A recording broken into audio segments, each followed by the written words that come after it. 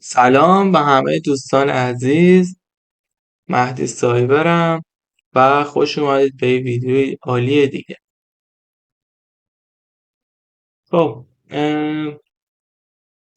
ما یه آموزش داشتیم در مورد کانال آرگو که خیلی استقبال شد، خیلی از دوستان دوست داشتم، ولی خب یه سری هم گفتن که دامنه اون فیلتر میشه. چیکار کنم که این مشکل رو برطرف؟ خب دوستان اون دفعه هم بهتون گفتم جای نگرانی نداره و اینکه این دفعه یه سری کارهای دیگه هم علاوه بر کار قبل میکنی که کلا فیلتر دیگه از بین میره عملا.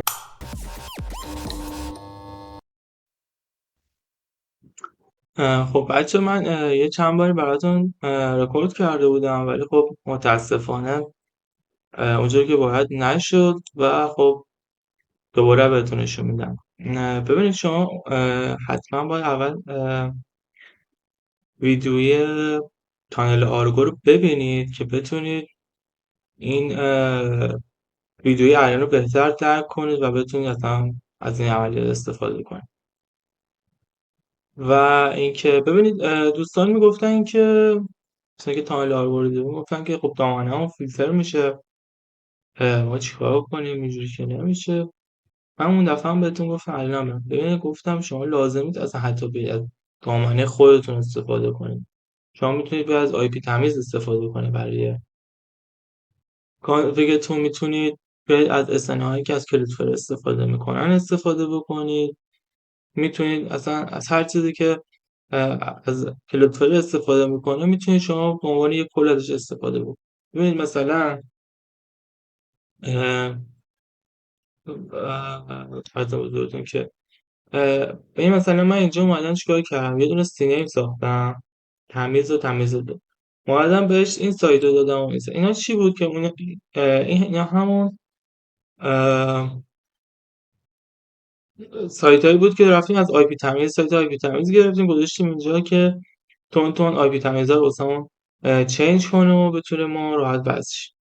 خب حالا من اومدم این همین دوتا رو پروکسیش هم کردم که باز بتونه امنیتش بالاتر. یعنی شما میتونید از کانفیگتون تمیز دو تمیزه میتونید چند تا داپلیکیت کنید، چند تا بسازید، پورتش عوض کنید.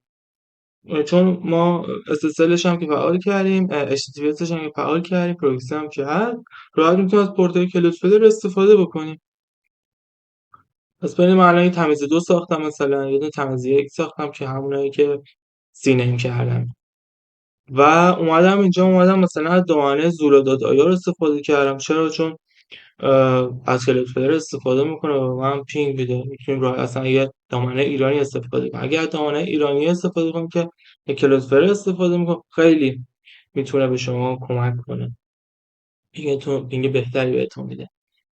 بهش پس میتونید چند تا کانفیگ بسازید با پورت‌های مختلف کلودفلر. این یک. میتونید سینیم بسازید، سینیمی که از آی پی سایت آی پی تمیز گرفتید. بذارید من یه بار دیگه بهتون نشون بدم.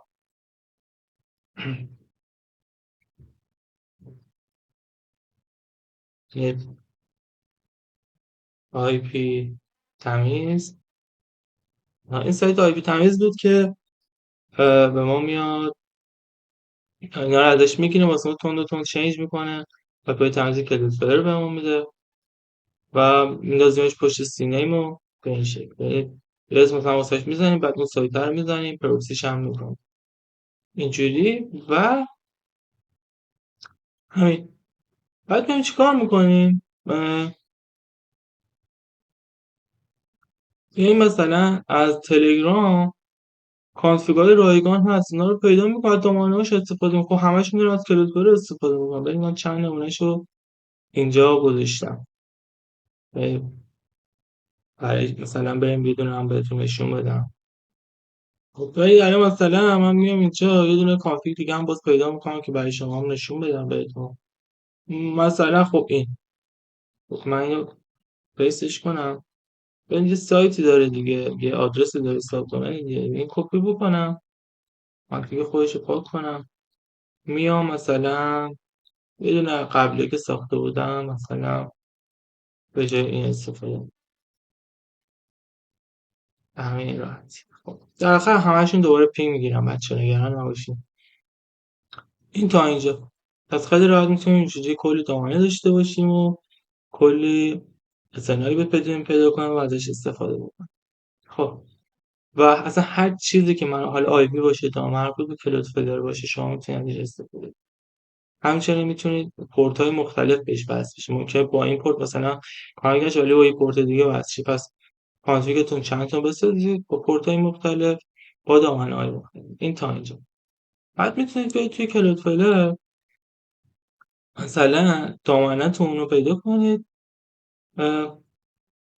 مثلا یه سینیم بسازید، بزنید همون مثلا سایت آی پی تمرکز رو بزنید یکی از این ساب دامینه رو و بعد اینجا تو قسمت نیم ستاره رو وارد کنید. وقتی ستاره رو وارد کنید یعنی هر چیزی پشت دامنه‌تون قرار بگیره اون ساب دامنه شما. مثلا ما اینجا ست یعنی تمیز 2 دات فلان مثلا ساب دامنه ماست دیگه. خب ولی وقتی ستاره بزنی هر چیزی هر عددی هر حروفی پشتش بیفته میشه چی ساب دامنه ما.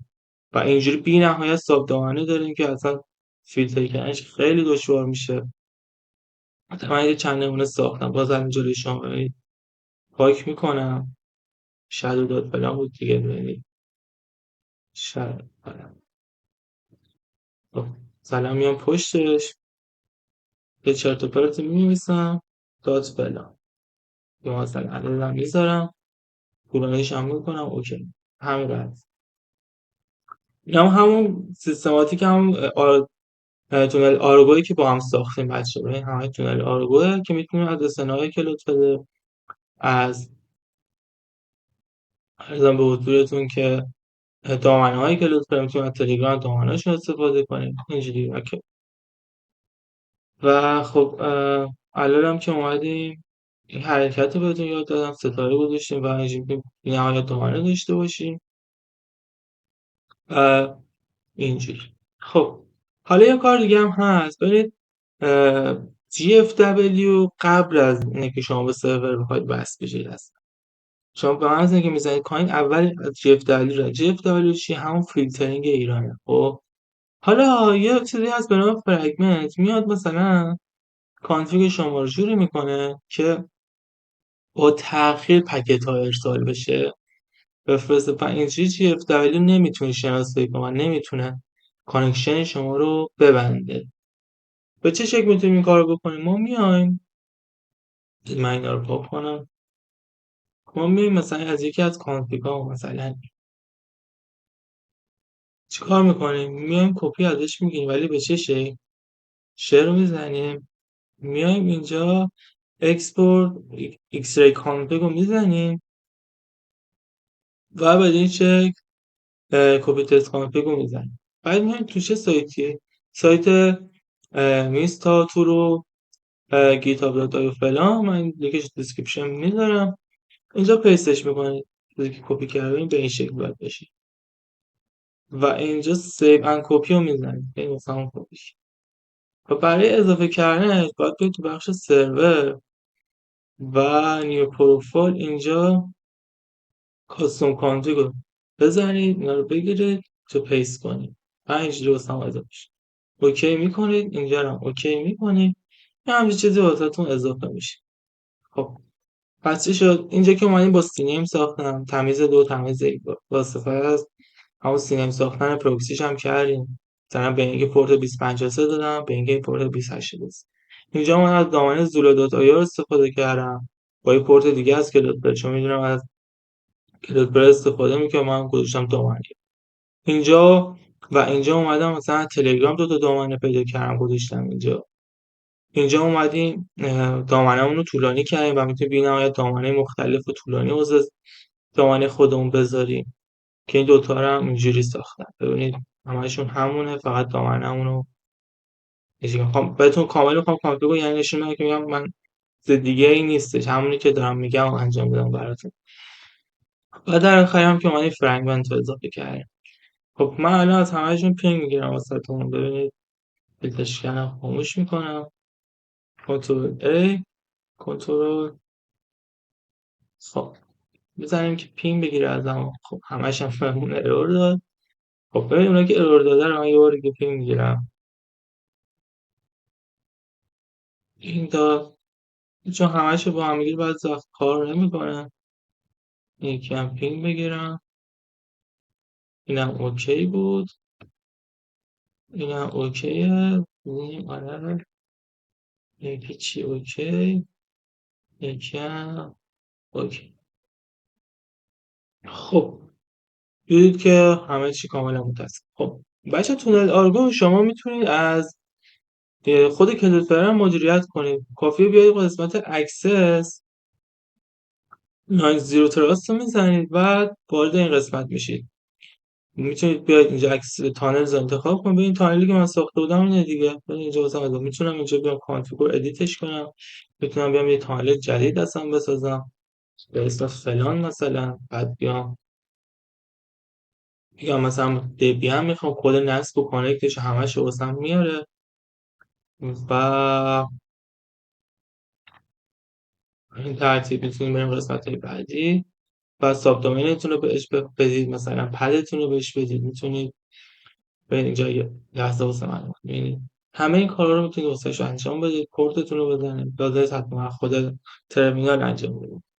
خب دیدید که ما اینجا اوکی بود. فقط نحوه اضافه کردن این فرگمنت توی گوشی هم الان بهتون یاد میدم که توی گوشی هم یاد بگیرید.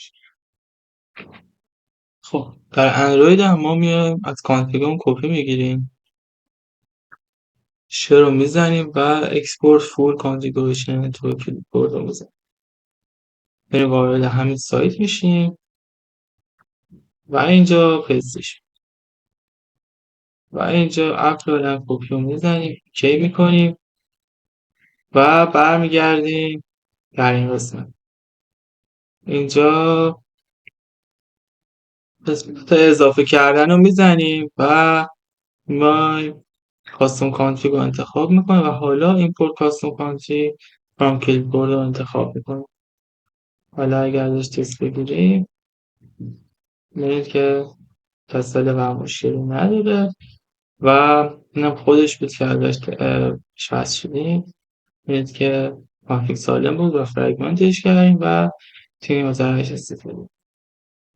و اینجوری کلا فیلترینگ رو دور زدیم با ترکیب تمام اینا و میتونید همه اینا رو بسازید با فرگمنت اینا. بعد یه سابسکریپشن هم بسازید واسه شو بدید دست مشتریاتون یا دست دوستاتون، آشنایانتون، خانواده‌تون و با یه آپدیت که همه اینا رو میاد توی بیتوریشون مثلا و همش میتونن استفاده بکنن.